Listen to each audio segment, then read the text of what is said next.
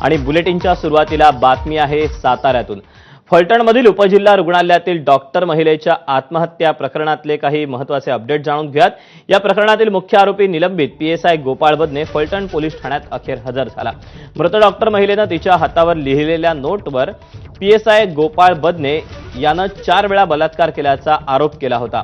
दरम्यान बदने याला रात्री 1:30च्या दरम्यान वैद्यकीय तपासणीसाठी उपजिल्हा रुग्णालयात नेण्यात आलं।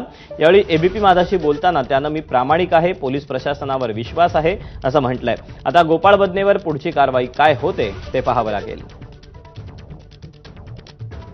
तुम्हाला गोवलं जाते का काय सांगाल बदले माझ्यावर 20 प्रमाणीकरण तुम्हाला गोवलं जाते का काय सांगाल बदले माझ्यावर 20 प्रमाणीकरण तुम्हाला गोवलं जाते का काय सांगाल बदले माझ्यावर 20 प्रमाणीकरण तुम्हाला गोवलं जाते का काय सांगाल बदले माझ्यावर 20 प्रमाणीकरण तुम्हाला गोवलं जाते का काय सांगाल बदले माझ्यावर 20 प्रमाणीकरण तुम्हाला गोवलं जाते का काय सांगाल बदले माझ्यावर 20 प्रमाणीकरण तुम्हाला गोवलं जाते का काय सांगाल बदले माझ्यावर 20 प्रमाणीकरण